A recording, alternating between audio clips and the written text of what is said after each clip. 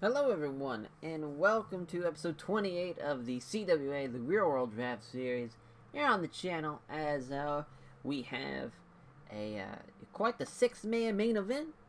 We have a title match. It's not a title that obviously is a part of the CWA umbrella, or the Alliance umbrella. Is the GWC International Openweight title is on the line. TJ Wilson defending it against Chris Hero. As that's going to be a fun little match. Fingers crossed. TJ's going to do his part. I'm still a little nervous about Chris. Because, obviously the talent's there, but just the ratings aren't there. I'm not sure if it's a pop thing. I'm not really sure. As then for kind of, there's no like new debuts or anything like that. Prestige and Momentum. Haven't really been checking that out. But Momentum at 61, that's pretty high. Feel like. Not really sure where you can check that. So I really haven't been paying attention. I guess I can just look back on the start of the videos and just check that way, but it's no big deal. Trying to think what else, if there's anything newsworthy there. Olympus is starting to get really big. They're trying to sign Buddy Murphy, which he was just at a handshaking deal, as someone had to renegotiate. I think it looks like a CCW, but yeah, I feel like they're trying to give him a written contract. Yeah, but we're trying. We're trying to sign him because it's Buddy Murphy. He's talented. He's over enough for us. He's got that going for us. Just trying to. Orange Cassidy has been someone that's been fun. I don't think he's been on the channel yet. That's been a fun one to use, but here we are. And it's no big deal though. It's because I really had no idea what I would have Orange Cassidy do, so just kind of let him go. Without further ado, we've kind of talked about what's going on. Let's run the show. As the first of the two pre-show matches, Shinjiro Irie taking on Ethan Page. Is what it is. Irie gets the win in 10:05 with the Beast Bomber. 34 for Shinjiro Irie. Ethan Page for 31. Ethan Page he gets carried in the tag matches with the Monster Mafia. That's the main event Mafia. That'd been tough. That's a completely different thing. But Shinjiro gets the win. No problem. They see this. Yeah, Dahlia Black, I figured she would do just horrendous. She was off her game, and it was 18. Kylie Ray with a 24. Chris Statlander with a 34, and Allie with a 34. We're going to get Chris Statlander something to do. I had really high hopes for Chris. I feel like her ratings were a lot lower than 34, so I feel like she's gotten better. We just need her to, get the confidence up, we got to just get the reps in, get her, to the point where she can get maybe a low 40, maybe even a low 50 even.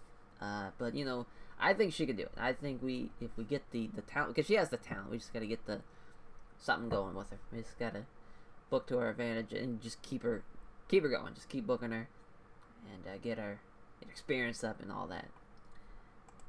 So now, before the actual TV show, the Young Bucks, as they get their revenge from last week, parking lot, they jump Sheamus and Wade Barrett in the parking lot, much to like how Sheamus and Wade Barrett attacked them before they got to the arena.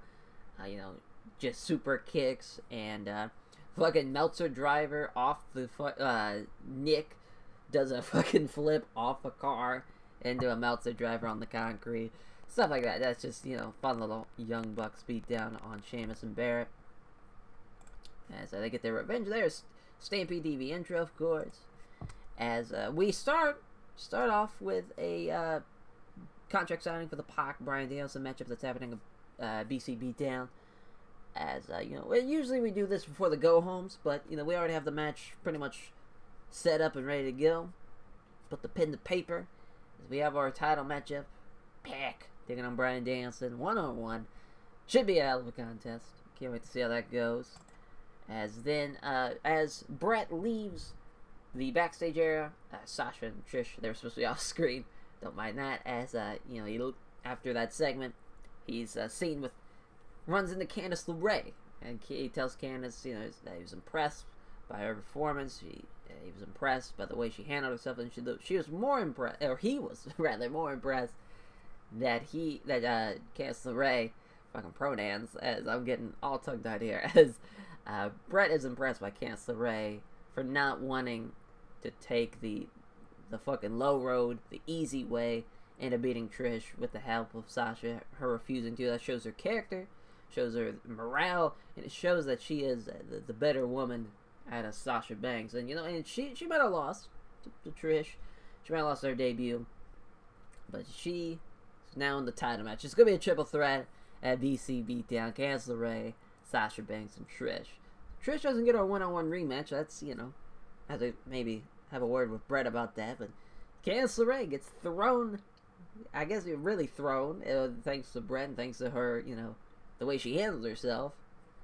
She gets the title match against Sasha Banks and Trish Stratus. How fun. A triple threat match in the books. For the women's title. I think that's the first triple threat for the women's title ever in the CWA. That's fun. As a tag match. This is quite the little tag match. It's Miz and Morrison. They haven't been on TV in a hot minute.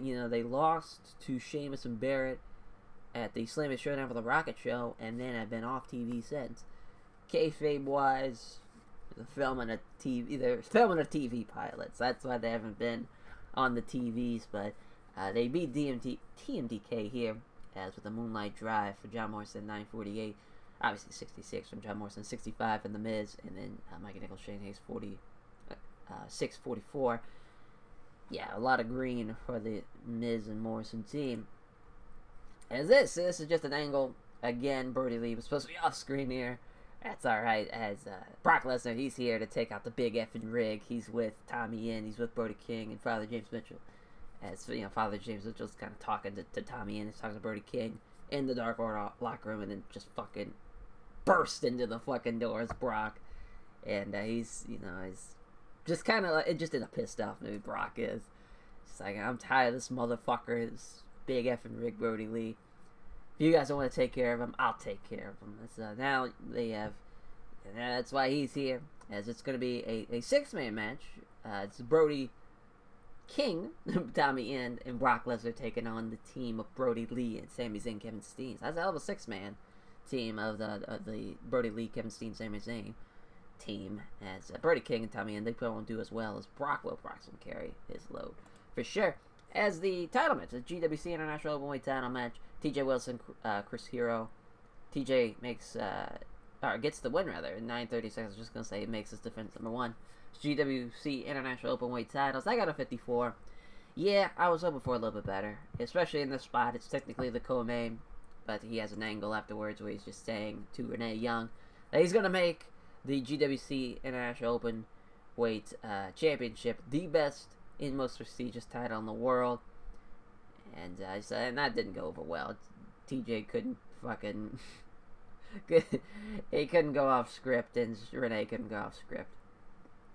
It happens. I got a 42. It's the main event that's gonna get. Oh wow, only a 62. The fucking Brody King bringing that one down. But the Dark Order get the win thanks to Brody King pinning Brody Lee of the All Seeing Eye. That was Father James Mitchell was supposed to hit Brody Lee in the back with a cane and into the All Seeing Eye. As in the big rig, he gets his first loss, but it's because of Father James Mitchell here. So it's a quick little debut where he technically it was like 4-0, but then he loses to Brody King here thanks to the interference.